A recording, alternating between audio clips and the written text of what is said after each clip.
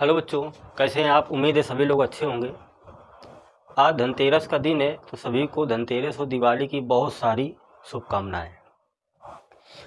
आज एक chapter start करते हैं, नाभिक। बहुत ही छोटा सा चैप्टर है। इस चैप्टर को हम केवल 2 लेक्चर में कवर करते हैं। छोटा चैप्टर है। इसके पहले जो चैप्टर परमाणु एटम था उसमें नाभिक की खोज हुई थी। उसमें रदरफोर्ड वैज्ञानिक थे, रदरफोर्ड। इन्होंने अल्फा कण प्रकीर्णन प्रयोग से नाभिक की खोज की थी। नाभिक की क्या की थी? खोज की थी। तो ये आपका क्या एक परमाणु है, एटम है, परमाणु। और परमाणु का जो केंद्रीय भाग होता है उसे हम क्या कहते हैं? नाभिक कहते हैं। अर्थात परमाणु का जहां समस्त धनावेश इकट्ठा हो या जहां परमाणु का समस्त द्रव्यमान निहित हो, इकट्ठा हो, उस छोटे सी एरिया को हम क्या कहते हैं? नाभिक कहते हैं। जहां परमाणु का समस्त धनावेश इकट्ठा हो उसे हम क्या कहते हैं? नाभिक कहते हैं। तो इसमें पहले परिभाषा हम पढ़ेंगे नाभिक की। देखते हैं डिफिनीशन पहले इसकी पढ़ते हैं। तो नाभिक की परिभाषा क्या होगी? जहां परमाणु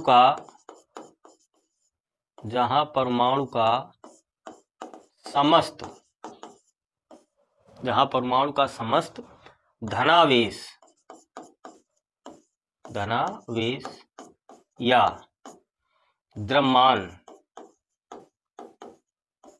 निहित हो या इकट्ठा हो। जहां परमाणु का समस्त धनावेश या द्रव्यमान निहित हो उसे हम क्या कहते हैं? नाभिक कहते हैं। उसे नाभिक कहते हैं, न्यूक्लियस। तो ये आपका पूरा क्या है? परमाणु है।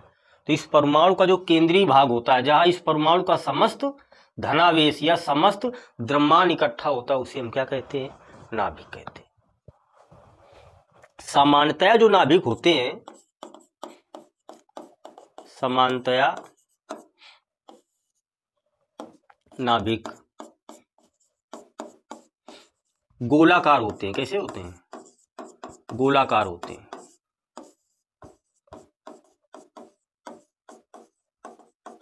परंतु 10% नाभिक अपने गोलीपन से विचलित हो जाते हैं।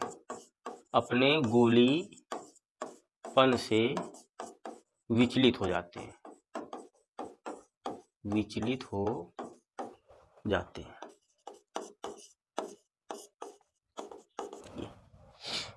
तो रदरफोर्ड ने अल्फा कण प्रकीर्णन प्रयोग से नाभिक की खोज की।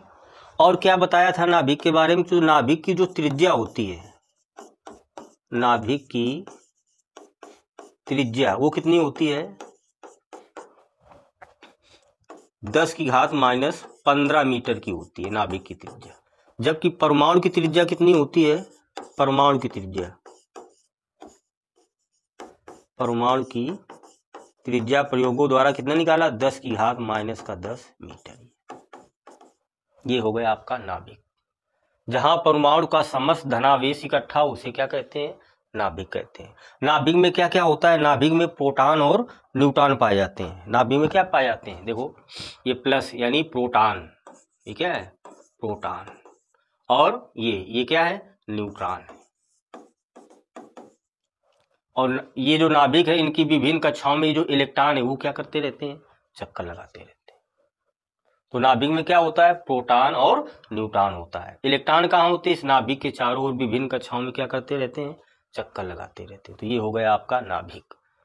जहां परमाणु का समस्त धनावेश इकट्ठा हो उसे हम क्या कहते हैं? नाभिक कहते हैं। नाभिक की त्रिज्या कितनी होती है? 10⁻⁻15 मीटर कोट की। और जबकि परमाणु की त्रिज्या कितनी होती है? 10⁻⁻10 मीटर की होती है। अब नाभिक का आकार क्या होता है? साइज ऑफ न्यूक्लियस के बारे में बताते हैं, देखते हैं। नाभिक का आकार तो प्रयोगों से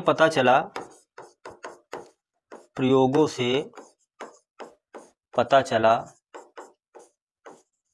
कि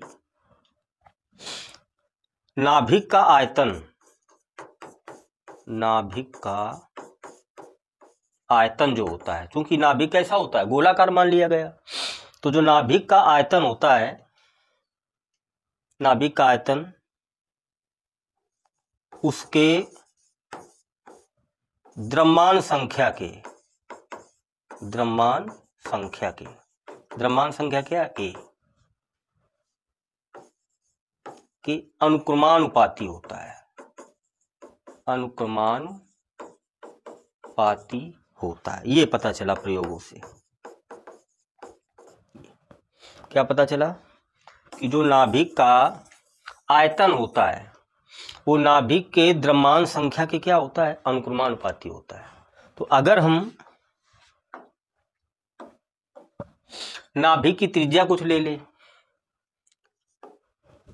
नाभिक की त्रिज्या, ये जो नाभिक है इसकी जो त्रिज्या हम मान लेते हैं क्या है, आर है। नाभिक की त्रिज्या क्या है, आर, और इसका द्रव्यमान क्या है, द्रव्यमान संख्या, द्रव्यमान संख्या मान लेते हैं क्या है, ए।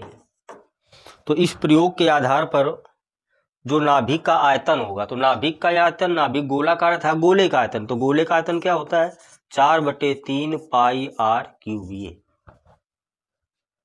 किसके अनुक्रमानुपाती होता है, द्रव्यमान संख्या ए के क्या होता है, अनुक्रमानुपाती होता है। ये पता चला कि नाभिक का जो आयतन होता है, नाभिक के द्रव्यमान संख्या के क्या होता है, अनुक्रमानुपाती होता है। नाभिक गोलाकार तो था, गोले का आयतन ये, तो ये तो नितांक हो जाएगा, तो इसको हम क्या लिखेंगे, आर प्रोपोर्शनल, क्यूब उधर चला जाएगा तो आ जाएगा 1/3 ये आ जाएगा। अगर हम प्रोपोर्शनल का चिन्ह हटाएंगे तो एक नितांक जोड़ देंगे, क्या, आर नॉट, और ए का पावर क्या आ जाएगा, 1/3। ये एक ये फार्मूला बन गया है, जहां आर नॉट क्या है, नितांक है। ये आर नॉट क्या है, नितांक, इसका मान होता है कितना, 1.5 गुणा 10⁻⁻15 मीटर। या इसी को, ये नाभिक की त्रिज्या, इसी को हम क्या लिख सकते हैं, आर नॉट बराबर 1.5 गुणा 10⁻15 है, इसको हम फर्मी लिख सकते हैं। क्या लिख सकते हैं, फर्मी।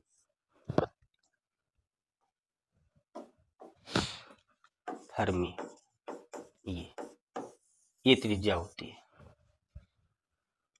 अर्थात एक फर्मी बराबर क्या होता है, 10⁻⁻15 मीटर। यही हाइड्रोजन के नाभिक की जो त्रिज्या होती है, हाइड्रोजन कितनी होती है, 10⁻⁻15, सॉरी 1.5 फर्मी होती है। हाइड्रोजन की नाभिक की जो त्रिज्या होती है वो कितनी होती है, 1.5 फर्मी होती है। तो नाभिक की त्रिज्या कितनी होती है, 1.5 गुणा 10⁻⁻15 मीटर, या 1.5 फर्मी, एक फर्मी में 10⁻⁻15 मीटर होता है। तो एक ये फार्मूला अगर इससे निवेद कर लगेंगे, नाभिक की जो त्रिज्या होती है, अर्थात नाभिक का जो आयतन होता है, वो नाभिक के द्रव्यमान संख्या के क्या होता है, अनुक्रमानुपाती होता है। इसमें देखते हैं, कह रहा कि परमाणु द्रव्यमान मात्रक क्या होता है। परमाणु द्रव्यमान मात्रक देखते हैं, परमाणु बहुत छोटा होता है तो उसका मात्रक भी बहुत छोटा होगा। तो पहले इसकी हम परिभाषा देखो, परमाणु द्रव्यमान मात्रक को हम इसे U या AMU से प्रदर्शित करते हैं।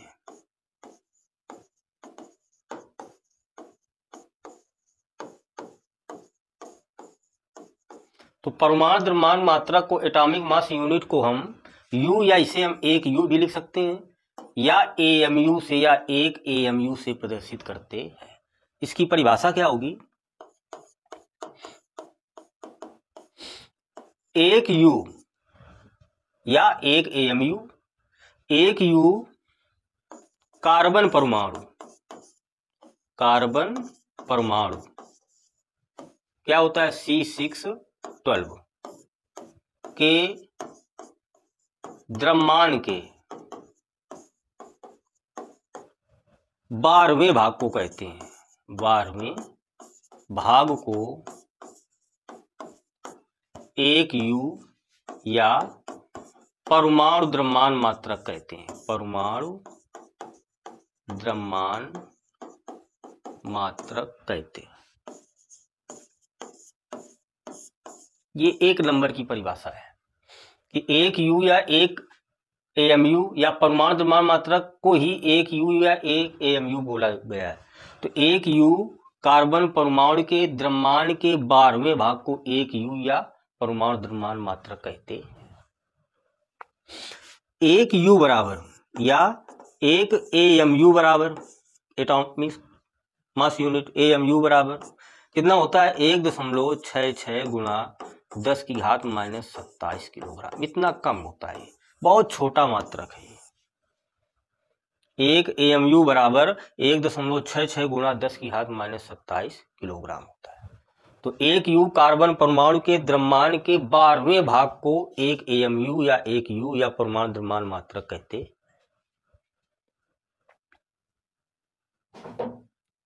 तो देखते हैं इसमें कह रहा है एक एएमयू द्रव्यमान के तुल्य ऊर्जा।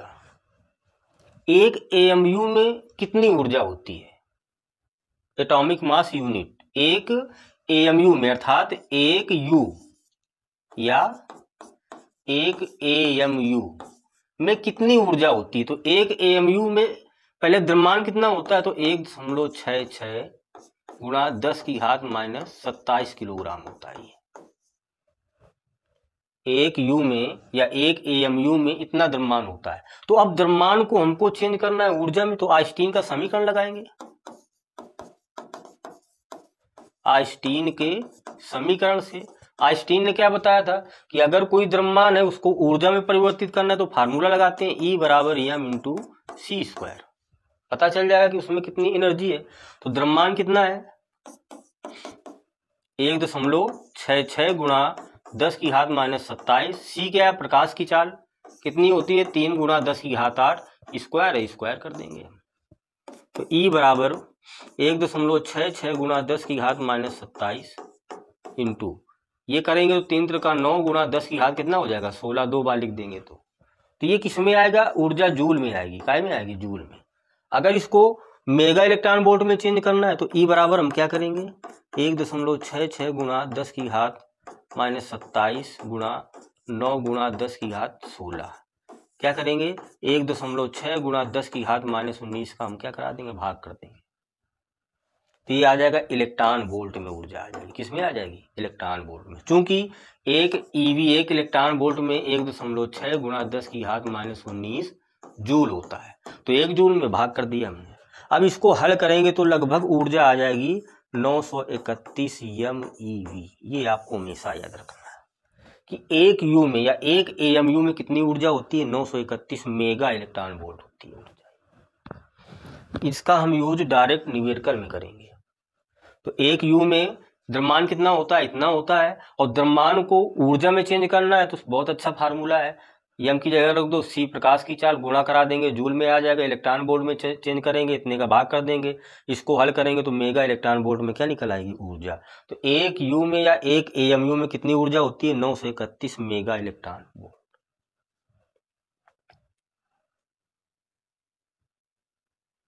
देखते हैं डिफिनीशन, बहुत ही सिंपल डिफिनीशन है। कह रहा कि समस्थानिक क्या है? तो देखो, एक ही तत्व के वे नाभिक जिनके परमाणु क्रमांक समान हो और द्रव्यमान संख्या क्या हो? भिन्न भिन्न होती है, समस्थानिक कहलाते हैं। जैसे एग्जाम्पल में अगर हम बोले एक ही तत्व के नाभिक, मान लो हाइड्रोजन है ये, तो ये 1H1 1H2 और 1H3 एक ही तत्व के क्या हो गए? नाभिक हो गए। परमाणु क्रमांक ये हो गए। परमाणु क्रमांक क्या है? बराबर है, लेकिन द्रव्यमान संख्या ऊपर को कहते हैं, सभी की द्रव्यमान संख्या क्या है? अलग है। तो ऐसे नाभिक क्या कहलाते हैं? समस्थानिक कहलाते हैं। और जैसे कोई भी तत्व है, ये X है, ये जो नीचे लिखा होता है इसको हम परमाणु क्रमांक कहते हैं, ऊपर लिखा होता है ये द्रव्यमान संख्या होती है। हम इसे क्या कहते हैं भैया? परमाणु क्रमांक कहते हैं, परमाणु क्रमांक। या इसी को हम प्रोटॉनों की संख्या भी कहते हैं, प्रोटॉनों की संख्या। या इसी को हम इलेक्ट्रॉनों की संख्या भी कहते हैं, इलेक्ट्रॉनों की संख्या। यही आपका परमाणु क्रमांक है, यही प्रोटॉनों की संख्या है, यही इलेक्ट्रॉनों की संख्या है। और ये जो लिखा होती है इसे हम कहते हैं द्रव्यमान संख्या। ये क्या है? द्रव्यमान संख्या। भाई नाभिक होता है, ये परमाणु है, परमाणु का केंद्रीय भाग क्या हो गया? नाभिक। और नाभिक में क्या होता है? प्रोटॉन और न्यूट्रॉन होते हैं। प्रोटॉन यानी P, परमाणु क्रमांक यानी Z, इलेक्ट्रॉनों की संख्या मान लेते हैं E। ये सब क्या है? एक ही चीजें। तो परमाणु का समस्त द्रव्यमान कहाँ होता है? नाभिक में। तो नाभिक में कौन होता है? प्रोटॉन और न्यूट्रॉन। तो इसे हम द्रव्यमान संख्या A बराबर एक फार्मूला क्या लिखेंगे? Z plus N। ये Z क्या है? प्रोटॉन है, प्रोटॉन प्लस न्यूट्रॉन नाभिक में है, तो पूरा द्रव्यमान किसके बराबर होगा? नाभिक के द्रव्यमान के Z प्लस N। तो द्रव्यमान संख्या का एक फार्मूला होता है परमाणु क्रमांक प्लस न्यूट्रॉन, या प्रोटॉन प्लस न्यूट्रॉन का जो योग होता है वही उसका क्या होता है? द्रव्यमान संख्या होता है। अब इस सूत्र से हम अगर न्यूट्रॉन निकालना चाहे तो निकाल सकते हैं। देखो न्यूट्रॉन निकालेंगे तो Z को इधर ले आएंगे, तो N बराबर क्या आ जाएगा? A minus Z। ये तो हम ऊपर वाली संख्या में नीचे घटा देते हैं तो न्यूट्रॉनों की संख्या आ जाती है। मान लेते इसमें न्यूट्रॉन निकालना है तो 1 में 1 गया, कुछ नहीं है, 0। 2 में 1 गया, कितना? 1 न्यूट्रॉन हो गया। 3 में 1 गया, कितना बचा? 2, तो 2 न्यूट्रॉन हो गए। तो ये आपका जो होता है इसे हम A कहते हैं और इसे हम क्या कहते हैं? Z। इस प्रकार हम न्यूट्रॉन की संख्या निकाल सकते हैं। तो ये हो गया आपका समस्थानिक में परमाणु क्रमांक बराबर होता है लेकिन द्रव्यमान संख्या क्या होती है? भिन्न भिन्न होती है। इसे हम क्या कहते हैं? समस्थानिक कहते हैं। अब एक बहुत ही इंपॉर्टेंट परिभाषा, ये आइसोडायाफियर नाभिक क्या होते हैं? इसे हम तुल्यांतारी नाभिक कहते हैं। क्या कहते हैं? इसका एक और नाम है तुल्यांतरी या तारी नाभिक। ये क्या होते हैं? देखते हैं। वे नाभिक जिनमें न्यूट्रॉनों तथा प्रोटॉनों की संख्या का अंतर बराबर होता है। ऐसे दो नाभिक या दो से अधिक नाभिक जिनमें न्यूट्रॉनों की संख्या तथा प्रोटॉनों की संख्या का अंतर, समझना जरा, वे नाभिक जिनमें न्यूट्रॉनों तथा प्रोटॉनों की संख्या का अंतर क्या होता है? बराबर होता है, उसे हम आइसोडायाफियर नाभिक या तुल्यांतारी नाभिक कहते हैं। जैसे एग्जांपल में हम समझाते हैं। जैसे आपका कोई क्लोरीन है 17 और आर्गन है ये Ar, इसका परमाणु क्रमांक 18 हो गया, मान लो 37 39।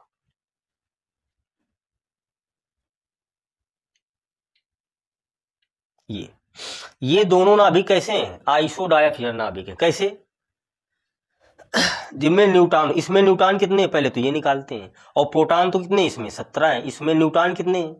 इसमें अगर न्यूट्रॉन निकालेंगे हम तो ये द्रव्यमान संख्या में परमाणु क्रमांक घटा देंगे, कितना न्यूट्रॉन आ जाएंगे? 20 आ जाएंगे।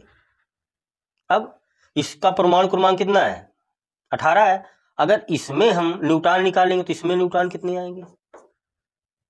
इसमें 19 में कितना? 9 में 8 गया, घटा रहे हैं ना, 1 3 में 21 आ जाएंगे न्यूट्रॉन। और क्वेश्चन क्या कह रहा है? वे नाभिक जिनमें न्यूट्रॉन तथा प्रोटॉन की संख्या का अंतर, तो न्यूट्रॉन और प्रोटॉन की संख्या का अंतर, तो न्यूट्रॉन कितने पहले इसमें देखते हैं? 20 हैं, 20 माइनस प्रोटॉन कितने? यही प्रोटॉन होते हैं, कितने? 17।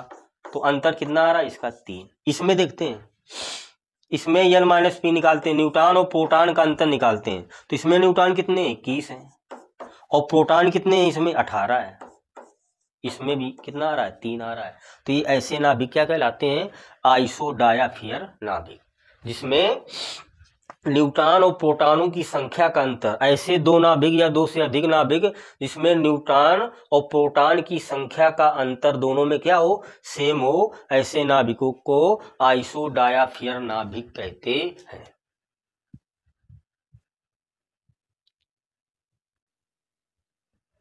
देखते हैं, इसमें कह रहा है कि समभारिक और समन्यूट्रॉनिक क्या होते हैं। देखो, समभारिक वे नाभिक जिनकी द्रव्यमान संख्या समान हो परंतु परमाणु क्रमांक भिन्न भिन्न हो, समभारिक कहलाते हैं। देखो एग्जाम्पल, वे नाभिक जिनकी द्रव्यमान संख्या समान हो लेकिन परमाणु क्रमांक भिन्न भिन्न हो, जैसे 1H3 है और 2H3 है, ये इनकी देखो द्रव्यमान संख्या, ये क्या होती है, द्रव्यमान संख्या ए, ये दोनों क्या है, बराबर है। लेकिन परमाणु क्रमांक ये क्या होता है, परमाणु क्रमांक ये भिन्न भिन्न है, ये क्या है, अलग अलग है। तो ऐसे नाभिक क्या कहलाते हैं, समभारिक कहलाते हैं, जिनके द्रव्यमान संख्या समान हो लेकिन परमाणु क्रमांक क्या हो, भिन्न भिन्न हो, ऐसे नाभिक क्या कहलाते हैं, समभारिक कहलाते हैं।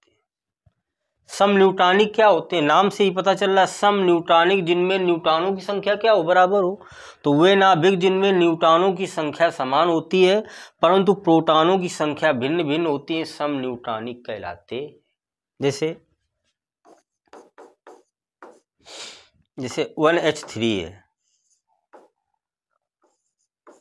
2He4, ये क्या होता है, ये A, ये क्या होता है, Z। अगर हम A बराबर फार्मूला क्या होता है, Z प्लस N, तो इसमें देखते हैं A कितना है, 3 है, Z कितना है, 1 है, प्लस N, तो न्यूटन निकालेंगे तो N कितना आ जाएगा, 2 आ जाएगा। इसमें देखते हैं 2He4 में A कितना है, 4 है, A बराबर सूत्र क्या होता है, Z प्लस N, A है 4, Z कितना है, 2 है, Z कितना है, 2 है, प्लस N, 2 इधर घटाएंगे तो N कितना आ जाएगा, 2। तो दोनों में न्यूट्रॉनों की संख्या क्या आ रही, बराबर है। तो ऐसे नाभिक क्या कहलाते हैं, समन्यूटानिक कहलाते हैं, जिसमें न्यूट्रॉनों की संख्या क्या हो, बराबर हो, लेकिन परमाणु क्रमांक क्या हो, देखो इसका परमाणु क्रमांक 1 है, इसका क्या है, 2 है, परमाणु क्रमांक क्या होने चाहिए, भिन्न होने चाहिए। तो ऐसे नाभिक क्या कहलाते हैं, समन्यूटानिक कहलाते हैं।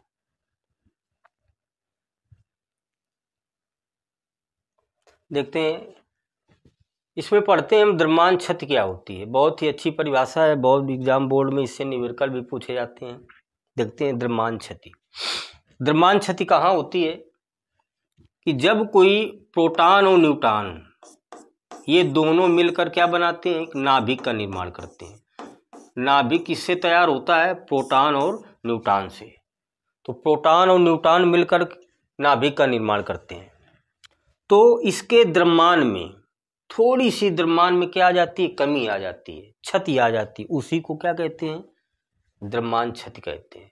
जब प्रोटॉन और न्यूट्रॉन मिलकर एक नाभिक का निर्माण करते हैं तो इसकी अल्प यानी थोड़ी द्रव्यमान में अर्थात डेल्टा एम क्या आ जाती है, कमी आ जाती है, विलुप्त हो जाता है, थोड़ा सा द्रव्यमान कमी आ जाती है, इसी को हम क्या कहते हैं, द्रव्यमान क्षति कहते हैं। कैसे कमी आती है, इसकी देखो परिभाषा कैसे पढ़ेंगे हम, देखते हैं, पहले परिभाषा समझते हैं और अच्छा समझ में आएगा। तो किसी नाभिक में उपस्थित, किसी नाभिक में उपस्थित न्यूक्लियानों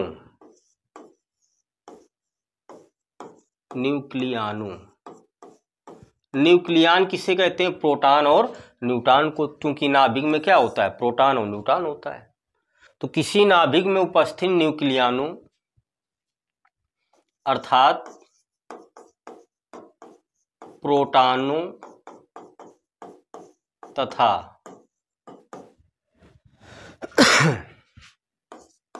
न्यूट्रॉनों का कुल द्रव्यमान तथा नाभिक का वास्तविक द्रव्यमान तथा नाभिक के वास्तविक द्रव्यमान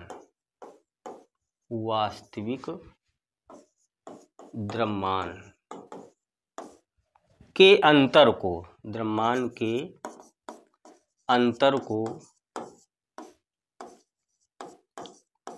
द्रव्यमान क्षति कहते हैं,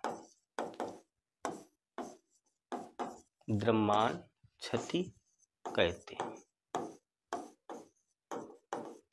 और इसे हम डेल्टा एम से प्रदर्शित करते हैं।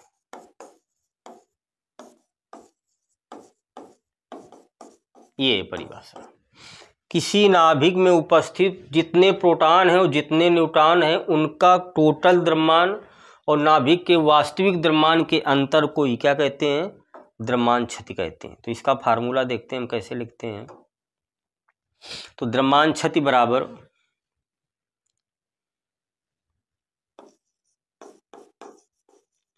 द्रव्यमान क्षति बराबर प्रोटॉनों का द्रव्यमान, प्रोटॉनों का द्रव्यमान प्लस न्यूट्रॉनों का द्रव्यमान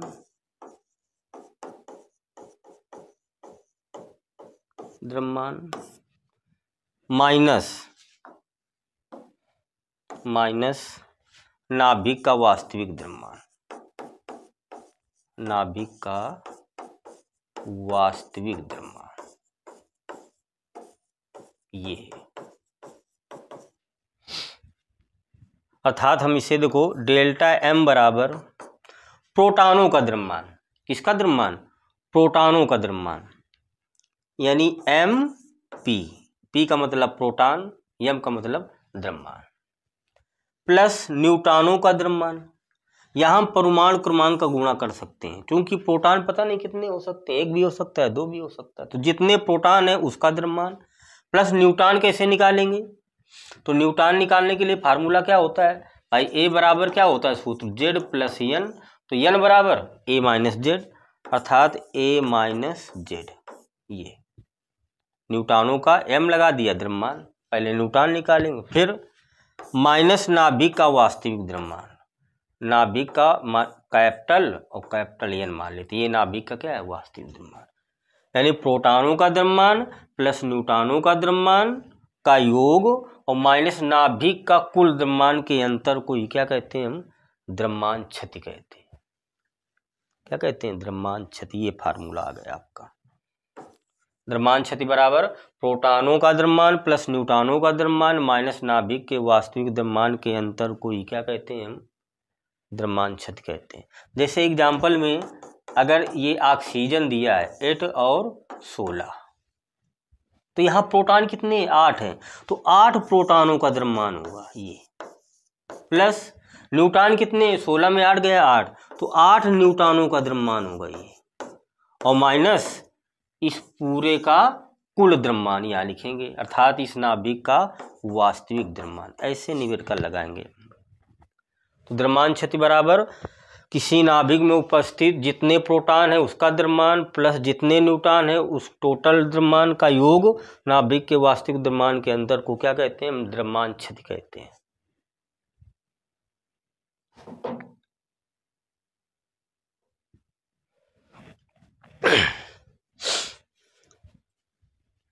अब जब प्रोटॉन और न्यूट्रॉन मिलकर नाभिक का निर्माण करते हैं तो द्रव्यमान में थोड़ी क्या आ जाती है, कमी आ जाती है। इसी को हम क्या कहते हैं, द्रव्यमान क्षति कहते हैं।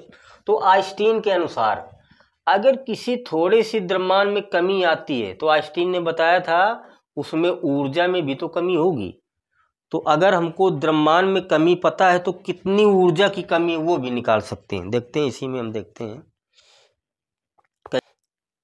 तो इसमें पढ़ते हैं हम नाभिक की बंधन ऊर्जा, बेंडिंग एनर्जी ऑफ न्यूक्लियस क्या होता है।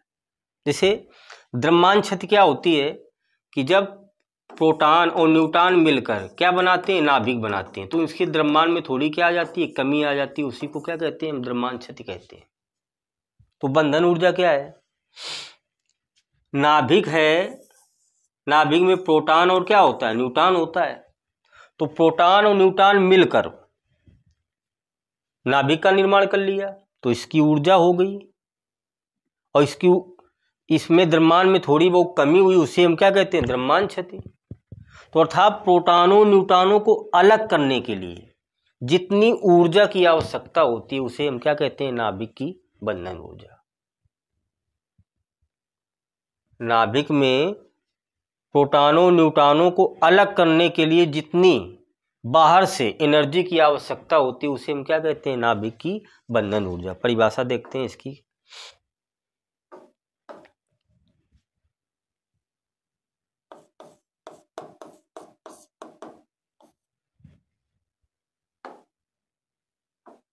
देखो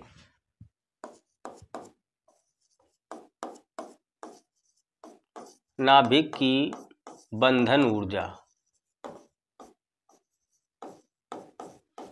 वह न्यूनतम ऊर्जा है, वह न्यूनतम ऊर्जा है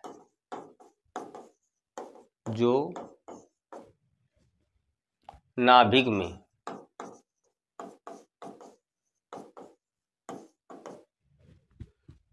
न्यूक्लियानों को, न्यूक्लियान कौन होता है? प्रोटॉन और न्यूट्रॉन। न्यूक्लियानों को अलग अलग करने के लिए आवश्यक, अलग अलग करने के लिए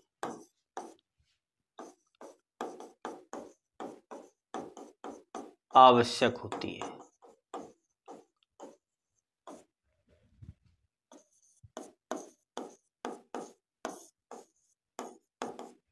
नाभिक की बंधन ऊर्जा कहलाती है, नाभिक की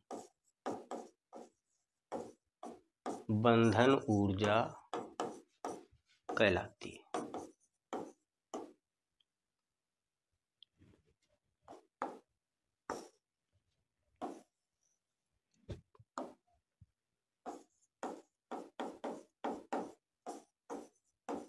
ये तो बंधन ऊर्जा का फार्मूला क्या लिखेंगे हम?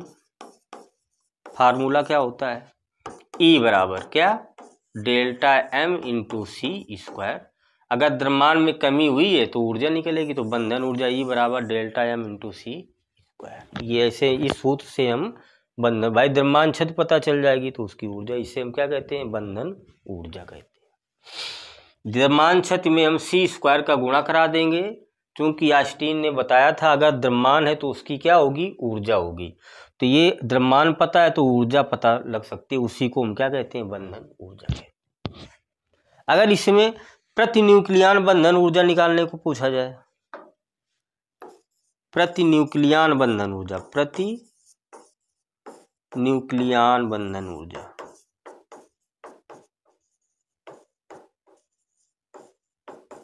ये E बराबर या E बार बराबर, तो क्या होगा? जितनी बंधन ऊर्जा आई उसमें हम द्रव्यमान संख्या से क्या कर देंगे? भाग दे देंगे, तो वो आ जाएगी प्रति न्यूक्लियन बंधन ऊर्जा। जितनी बंधन ऊर्जा आ जाए उसमें हम द्रव्यमान संख्या से क्या कर देंगे? उसकी द्रव्यमान संख्या से भाग दे देंगे। मान लेते हैं हम कि ऑक्सीजन का या नाइट्रोजन की बंधन ऊर्जा निकाल रहे हैं, वो आ गई। अब इसकी द्रव्यमान संख्या कितनी है? 14। तो उस बंधन ऊर्जा में हम 14 से भाग कर देंगे तो क्या आ जाएगी? प्रति न्यूक्लियन बंधन ऊर्जा। ये न्यूमेरिकल, बहुत सारे न्यूमेरिकल है, उसमें हम आगे बताते हैं कि बंधन ऊर्जा कैसे निकाली जाती है और प्रति न्यूक्लियन बंधन ऊर्जा कैसे निकाली जाती है। तो यहाँ आपको केवल फार्मूला पढ़ना है कि नाभिक की बंधन ऊर्जा क्या होती है, सूत्र क्या होता है, और प्रति न्यूक्लियन बंधन ऊर्जा का फार्मूला क्या होता है। ई बटे नाभिक की बंधन ऊर्जा में द्रव्यमान संख्या से भाग देने पर जो मान प्राप्त होता है उसे क्या कहते हैं हम? प्रति न्यूक्लियन बंधन ऊर्जा कहते